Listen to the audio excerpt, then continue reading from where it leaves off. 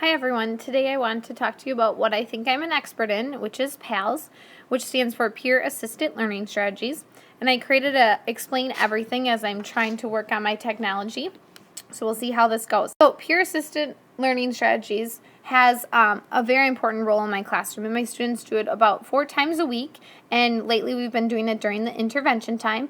It provides a specific set of things for the students to do, yet with the option of choice and choosing how they want to be and what they're going to do during that time. So to start PALS out, all the students, we spend about in the beginning of the year about 12 days or so going over mini lessons and going over what it means to be a peer, how to be a coach, how to implement this intervention, and also how it's going to work in our classroom so that I can meet one-on-one with adults and students.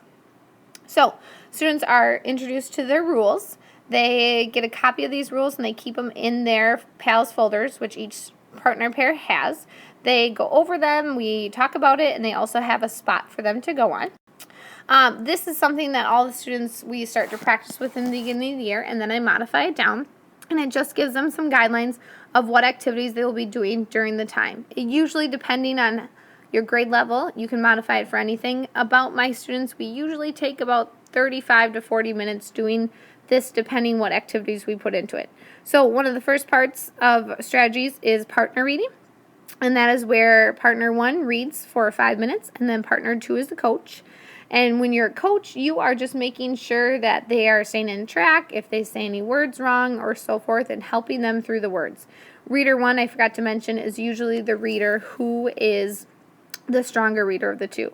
Then they switch jobs, and for the last 5 minutes, they Reader 1 becomes the coach, and Reader 2 is then reading what Reader 1 is reading on from Reader 1. Then the next part is the retell, and the retell part is real quick. It talks about 2 minutes, and Reader 2 will just quick check what happened, what's going on, and that sort of forth, and then they move on from there. So sometimes I keep the retell in there, otherwise we just skip it for the day. Kind of depends how the students are doing. We don't do that every day. Then the next activity that they do is called paragraph shrinking, and this is where they continue to read on. So you can choose to reread, or you can just have them read on depending on your age group of students. Younger grade levels, I had them read on, like reread, but for the older grade levels, we found that a lot of them like to just kind of read on from there. So paragraph shrinking, first reader is reading, then after that 5 minutes, the coach says those very important questions, which you see right here.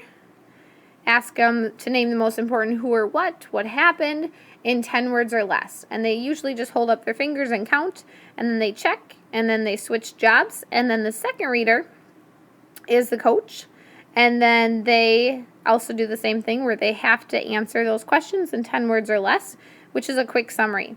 The last activity, the last activity is the prediction relay, and that takes another 10 minutes, which is 5 minutes per partner. They make a prediction before they begin reading. So I predict that this next couple of pages, so-and-so is going to change something. And they try to be as detailed as they can. We do not, if I can write this, we do not just read a half a page. We go farther usually because of my grade level. So for five minutes, they can usually read a couple pages. We just kind of do it on a time. Then they check with their partner, did our prediction come true? And then they switch jobs, and then second reader then predicts and then continues to read. The last part depends on the day and also kind of where my kids are at. They, once they're done checking, they kind of clean up or they have a quick chat about their story. I provide them with questions depending on the day, so I try to do plot questions or character questions, and they pick one and they just answer it, and then they move on from there. So besides that, we have this is my modified sheet that I give all the students, and we don't do the rereading part on this one. We just did the paragraph shrinking, so they're not reading on. And then at the beginning, when I was talking about how they set it up, we talk about the correction card and what that means and how to be a coach. And this is probably the most emphasis of why my students or my classroom is the way it is we practice so many times still throughout this year. I mean, we're in March almost, about how to be a coach and how to be a peer that helps everyone learn instead of telling them the answer. So this sheet helps us get started, but then we also modified and talk about other ways to respond, especially in that 5th grade sense. The last sheet is, or second to last, is a paragraph shrinking sheet. And this just kind of, again, we bring this out in the beginning when we introduce it.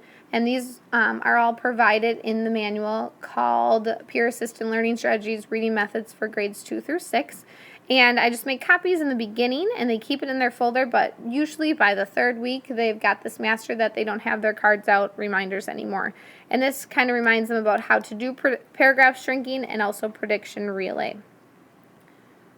I do not, if you notice over here, there isn't, I modify depending on what grade level I'm teaching and where my students are at. But there's these areas for points. I do not do the points that is associated with this program due to the fact that it hasn't worked out yet. And it also is more monitoring on my part than the students' parts. So I just check in with groups days that I'm not meeting with small intervention groups, and I read with them or listen to them read. Lastly, when a student partner pair finishes their story, they have the option to choose how they want to present the book to the class and what they read about. So I have students sometimes make a diorama and then they just have a quick chat with our group. Sometimes students use a book format, report format that I give them, and then they choose to do that. Other students have done videos, iMovies. Other students have done an explain everything. Other students have done smartboard presentations. So it kind of depends what the students want to do as long as they present their story to the group.